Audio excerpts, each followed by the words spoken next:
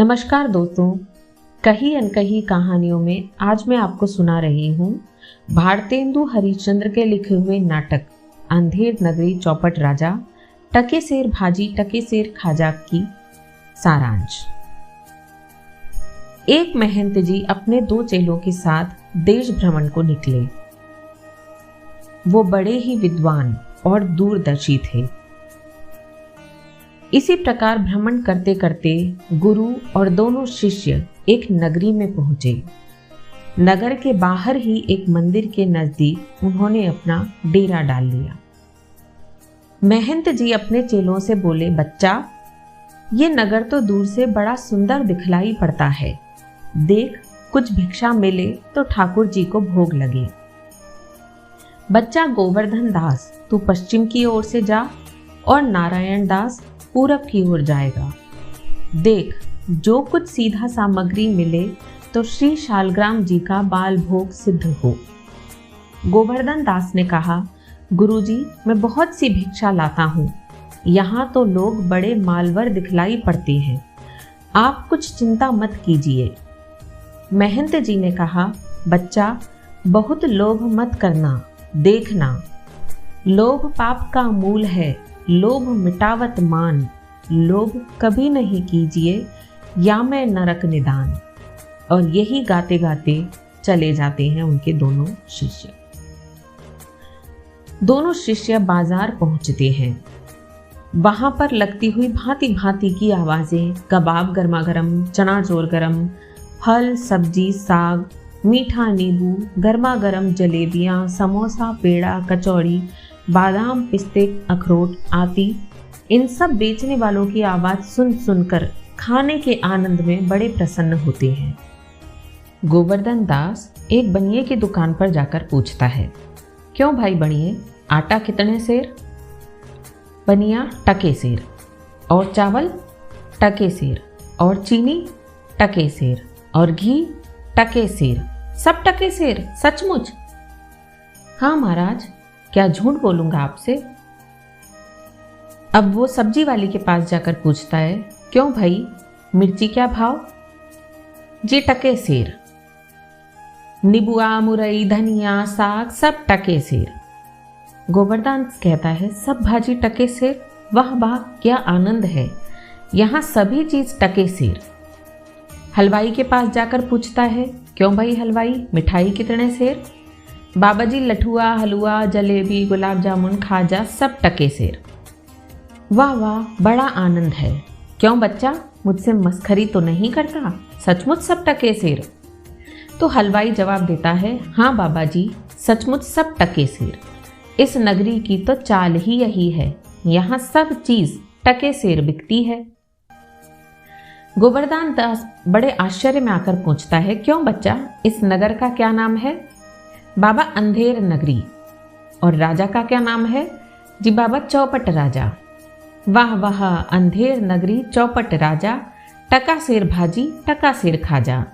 और यही गाते गाते आनंद से बिगुल बजाते गोवर्धन दास आगे बढ़ता है। तो बाबा जी, कुछ लेना देना हो तो लो। हाँ बच्चा, भिक्षा मांगकर 7 पैसे लाया हूँ। 3.5 सेर मिठाई दे दे। गुरु चेले सब आनंद पूर्वक छक कर खाएंगे। हलवाई मिठाई तोलता है और वो मिठाई लेकर खाते हुए और अंधेर नगरी चौपट राजा गीत गाते हुए आगे बढ़ जाता है। महंत जी के पास एक ओर से नारायण दास राम भजो गाते हुए आता है और दूसरी ओर से गोवर्धन दास अंधेर नगरी गाते हुए आता है। महंत गोवर्धन दास को देखकर पूछते हैं, बच्चा, कह क्या भिक्षा लाया? गठरी तो भारी मालूम पड़ती है।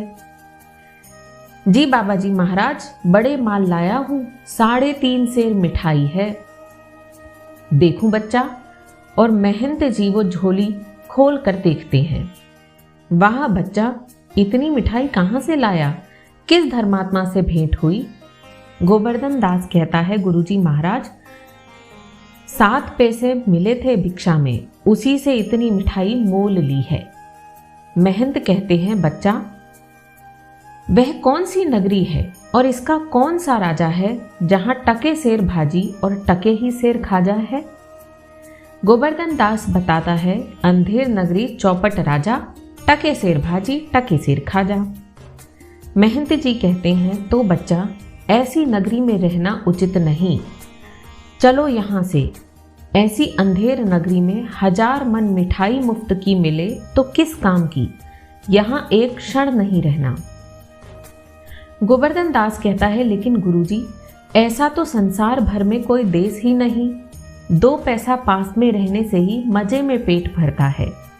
मैं तो इस नगर को छोड़कर नहीं जाऊंगा, और जगह दिन भर मांगो तो भी पेट नहीं भरता, बरंज बाजे बाजे दिन उपास करना पड़ता है, सो मैं तो यहीं रहूंगा।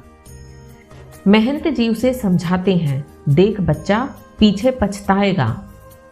लेकिन गोवर्धन दास नहीं मानता और कहता है, आपकी कृपा से कोई दुख न होगा गुरुजी, मैं तो कहता हूँ आप भी यहीं रहिए।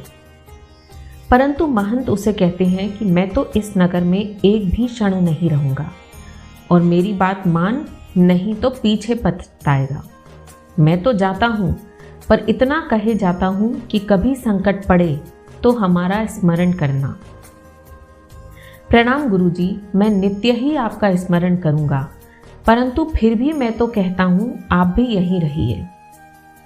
परंतु महंत जी नारायण दास के साथ चले जाते हैं और गोवर्धन दास बैठकर मिठाई खाता है। फिर एक दिन वही हुआ जिसका अंदेशा गुरुजी जताकर गए थे। एक फरियादी महाराज के दरबार में आता है और कहता है, महाराज कल्लू बनिया की दीवार गिर पड़ी, सो मेरी बकरी उसके नीचे दब गई, दुहाई है महाराज न्याय हो। राजा अपने नौकर से कहता है, कल्लू बनिया की दीवार को अभी पकड़ लाओ। परंतु उसका मंत्री कहता है, महाराज दीवार नहीं लाई जा सकती। अच्छा, तो उसका भाई, लड़का, दोस्त जो भी हो उसको पकड़ लाओ। मंत्री फिर समझाता है, महाराज दीवार ईंट चूने की होती है, उसको भाई बेटा नहीं होता, कल्लू बनिए को पकड़ लाओ। नौकर लोग दौड़कर बाहर से बनिए को पकड़ लाते हैं। क्यों बे बनिए, इसकी लड़की नहीं बरकी क्यों दबकर मर गई? मंत्री, बरकी नहीं महाराज, बकरी। हाँ हाँ बकरी, क्यों मर गई बोल, नहीं तो अभी फांसी देता हूं। कल्लू बनिया कहता है, महाराज मेरा कुछ दोष नहीं, कारीगर ने ऐसी दीवार बनाई कि गिर पड़ी। अच्छा, इस मल्लू को छोड़ दो, कारीगर को पकड़ लाओ। कल्लू जाता है और लोग कारीगर को पकड़ लाते हैं। क्यों बे कारीगर, इसकी बकरी किस तरह मर गई? महाराज मेरा कुछ कसूर नहीं, चूने वाले ने ऐसा बोदा बनाया कि दीवार गिर पड़ी। अच्छा, इस कारीगर को निकालो, उस चूने वाले को बुलाओ। कारीगर निकाला जाता है और चूने वाला पकड़ कर लाया जाता है। क्यों बे खैर सुपाड़ी चूने वाले, इसकी कुबरी कैसे मर गई? महाराज मेरा कुछ दोष नहीं, भिश्ती ने चूने में पानी ढेर दे दिया, इसी से चूना कमजोर हो गया होगा। अच्छा, चुन्नी लाल को निकालो, भिश्ती को पकड़ो। चूने वाला निकाला जाता है और भिश्ती को लाया जाता है। क्यों बे भिश्ती, गंगा जमुना की किश्ती, इतना पानी क्यों दिया कि इसकी बकरी गिर पड़ी और दीवार दब गई? महाराज इस गुलाम का कोई कसूर नहीं, कसाई ने मशक इतनी बड़ी बना दी कि उसमें पानी ज्यादा आ गया। अच्छा, कसाई को लाओ, भिश्ती को निकालो। क्यों बे कसाई, मशक ऐसी क्यों बनाई कि दीवार लगाई बकरी दबाई? महाराज गडेरिया ने टके पर ऐसी बड़ी भेड़ मेरे हाथ बेची कि उसकी मशक बड़ी बन गई। अच्छा, तो कसाई को निकालो, गडरिये को लाओ। क्यों बे उख पौड़े के गडरिये, ऐसी बड़ी भेड़ क्यों बेचा कि बकरी मर गई? महाराज उधर से कोतवाल साहब की सवारी आई, सो उसको देखने में मैंने छोटी बड़ी भेड़ का ख्याल नहीं किया, मेरा कुछ कसूर नहीं। अच्छा, इसको निकालो, कोतवाल को पकड़ लाओ। क्यों बे कोतवाल, तैने सवारी ऐसी धूम से क्यों निकाली कि गडरिये ने घबराकर बड़ी भेड़ बेचा, जिससे बकरी गिरकर कल्लू बनिया दब गया? महाराज, मैंने तो कोई कसूर नहीं किया, मैं तो शहर के इंतजाम के वास्ते जाता था। वो मंत्री अपने आप से बोला, ये तो बड़ा गजब हुआ, ऐसा न हो कि बेवकूफ इस बात पे सारे नगर को फूंक दे। वो कोतवाल से बोला, नहीं ये नहीं बोलो, तुमने ऐसे धूम से सवारी क्यों निकाली, ये बोलो। राजा ने कहा, हाँ हाँ, तुमने ऐसे धूम से सवारी क्यों निकाली कि उसकी बकरी दबी। महाराज महाराज, नहीं कुछ नहीं, महाराज महाराज कुछ नहीं, इसे ले जाओ, कोतवाल को अभी फांसी दो, दरबार बर्खास्त। दरबार समाप्त हुआ। उसके बंदे कोतवाल को फांसी देने के लिए ले गए, लेकिन बड़ी परेशानी ये हुई कि फांसी का फंदा बड़ा हुआ और कोतवाल साहब दुबले रह गए। सब लोगों ने महाराज से अर्ज किया तो महाराज ने हुक्म दिया कि किसी मोटे आदमी को पकड़कर फांसी दे दो, क्योंकि बकरी मारने के अपराध में किसी न किसी की सजा होनी तो जरूर है, वरना न्याय नहीं होगा। तो लोग कोतवाल को छोड़कर और उस मोटे ताजे शिष्य गोवर्धन दास को पकड़कर ले गए और फांसी देने लगे। गोवर्धन दास रोते हुए बोला, दुहाई परमेश्वर की, अरे मैं नाहक मारा जाता हूँ, अरे यहाँ बड़ा ही अंधेर है, अरे गुरुजी का कहा मैंने न माना, उसी का फल मुझे भोगना पड़ा है। गुरुजी कहाँ हो आप, आओ मेरे प्राण बचाओ, अरे मैं बेअपराध मारा जाता हूँ, गुरुजी गुरुजी। पर वो चिल्लाता रह जाता है और महाराज के प्यादे उसे पकड़कर ले जाते हैं। तभी वहां गुरुजी और नारायण दास का प्रवेश होता है। अरे बच्चा गोवर्धन दास, तेरी ये क्या दशा है। गोवर्धन दास हाथ जोड़कर गुरुजी से कहते हैं, गुरुजी दीवार के नीचे बकरी दब गई, सो इसके लिए मुझे फांसी देते हैं, बचाओ गुरुजी। अरे बच्चा, मैंने तो पहले ही कहा था कि ऐसे नगर में रहना ठीक नहीं, तैने मेरा कहना नहीं सुना, मैंने आपका कहा नहीं माना, उसी का ये फल मिला है। आपके सिवा अब ऐसा कोई नहीं है जो मेरी रक्षा करे, मैं आप ही का हूँ, आपके सिवा और मेरा कोई नहीं। गोवर्धन दास अपने गुरु के पैर पकड़कर रोने लगता है। महंत जी कहते हैं, कोई चिंता नहीं बच्चा, नारायण सब समर्थ हैं। महंत जी सिपाहियों से कहते हैं, सुनो, मुझे अपने शिष्य को अंतिम उपदेश दे लेने दो, तुम लोग तनिक किनारे हो जाओ, देखो मेरा कहना न मानोगे तो तुम्हारा भला ना होगा। सिपाही कहते हैं, नहीं महाराज, हम लोग हट जाते हैं, आप बेशक उपदेश दीजिए। सिपाही पीछे हट जाते हैं। गुरुजी गोवर्धन दास के कान में कुछ समझाते हैं। गोवर्धन दास ऊंची आवाज में कहता है, अब तो गुरुजी हम अभी फांसी चढ़ेंगे। नहीं बच्चा, मुझको चढ़ने दे। नहीं गुरुजी, हम ही फांसी पड़ेंगे। नहीं बच्चा, हम।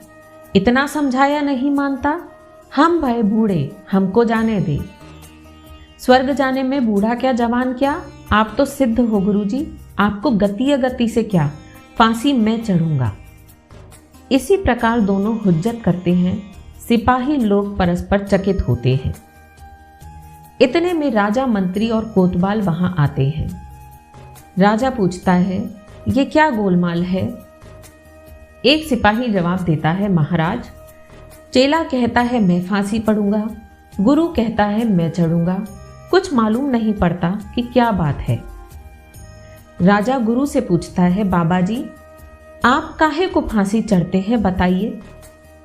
महंत राजा को बताता है, महाराज इस समय ऐसा साइत है कि जो मरेगा सीधा बैकुंठ जाएगा। मंत्री कहता है, अच्छा ऐसा, तब तो हम ही फांसी चढ़ेंगे। गोवर्धन कहता है, हमको तो हुक्म है। कोतवाल बोलता है, हम लटकेंगे, हमारे सबब ही तो दीवार गिरी। राजा सबको कहता है, चुप रहो सब लोग, राजा के आछत और कौन बैकुंठ जा सकता है, हमको फांसी चढ़ाओ जल्दी जल्दी। राजा को लोग टिकड़ी पर खड़ा करते हैं और महंत कहते हैं, जहां न धर्म न बुद्धि नहीं, नीति न सुजान समाज, ते ऐसा ही आपू ही नसे जैसे चौपट राज।